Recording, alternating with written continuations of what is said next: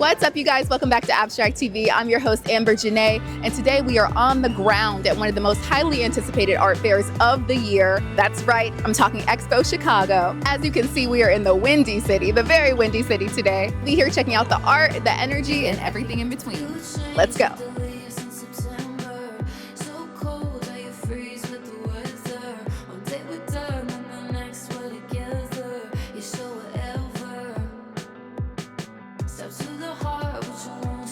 All right, I'm Amber and I'm here with Chelsea. Karima. What brings you here today? I love Art Expo. This is my sixth time coming. Oh my God. It's so fun.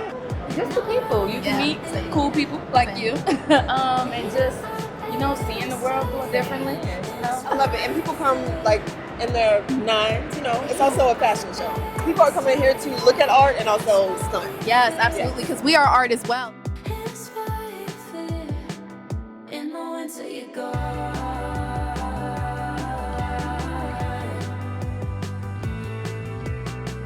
So what makes something art to you?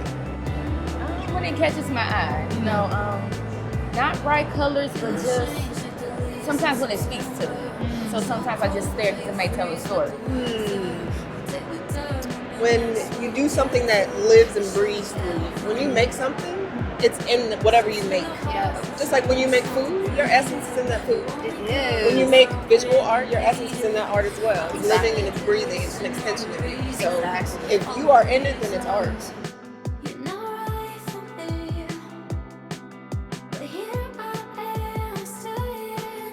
So what's one word that comes to mind when you think of Expo? So you know what? I don't know. It's hard. It's so multifaceted and so many different styles. I would say something like eclectic or something like that because it's so vast. Yes, you'll see everybody here. It's also a good representation of Chicago. When you come to this event specifically, you see the finest of the finest. Absolutely. And we're pretty diverse. One thing about these kinds of things, I just love seeing Black people and people of all genders and races just come together into this melting pot. There's something so sacred about that. What has been an artist or an art piece that has caught your eye thus far? Kehinde Wiley's bust. He has two busts over there, and there's a bust of a woman that has two French braids, and the detail on the braids is amazing.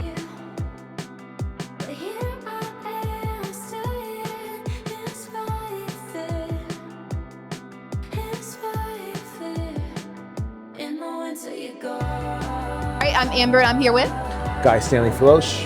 Ooh, I love that name. It really rolls off the tongue. Is this your first expo? Yes, it's my first expo, but it's not my first art fair. Okay. I've been doing art fairs for about 25 years. I've been painting professionally for about 25 years, but this is my first time in Chicago at this expo. Oh, okay. And how are you loving it so far? Sold out, so life is good. Oh, can't ask for anything more, right? A starving artist, no more. For sure. Taking that into account, do you change your process and how you're creating when you know it's going to be presented on this kind of level? So yes, I think presentation is really important. Yes. And when you're at this type of level, I think there's certain elements that the work needs to speak, and also the way the work should be presented. Do you feel like it has to appeal to a greater mass of people? No, you just gotta make sure that listen, it's not cheap it's not cheap for the galleries to get your work out here, get a booth and everything like that. So that's why I think a presentation matters, and just make sure you bring your A game. Exactly. Yeah.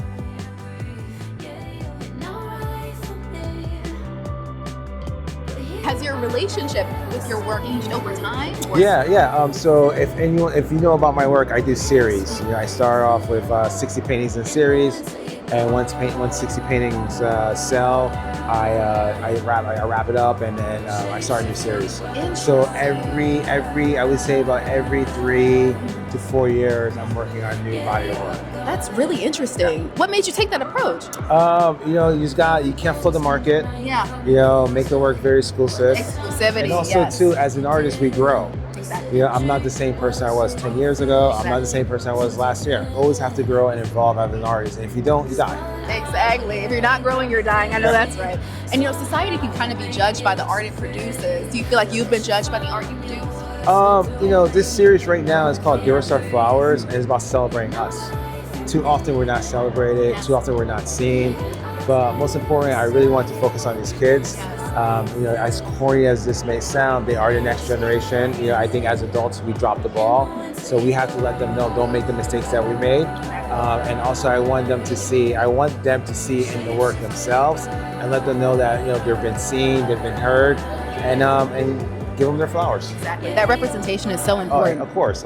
It's really important when kids go to museums, they see themselves hanging on the wall. Exactly. Do you feel like you're documenting something with this, or do you feel like you're kind of discovering it as definitely. well? No, definitely documenting. We live in interesting worlds right now. We have an administration right now that's trying to erase our history, and the only way I feel like we can fight back as artists is let people know what's going on, where we are right now. There's a piece right behind you that says "This is America," and it's the word America is upside down because that's where we are right now. Yes. Oh my gosh, and it's so powerful. Honestly, you can really feel it in each of your pieces.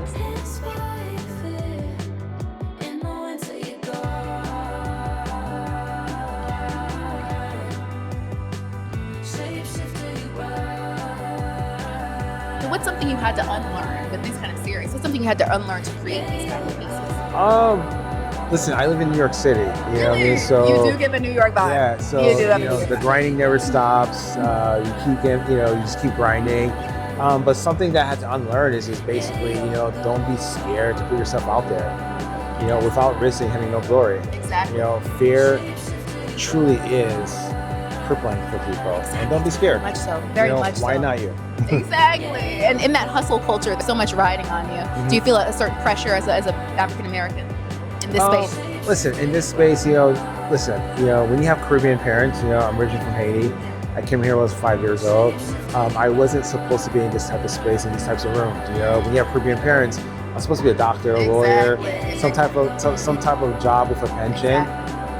So to be in this space and at this level, demanding 6 figures for your work, it's important. Yes, very much so.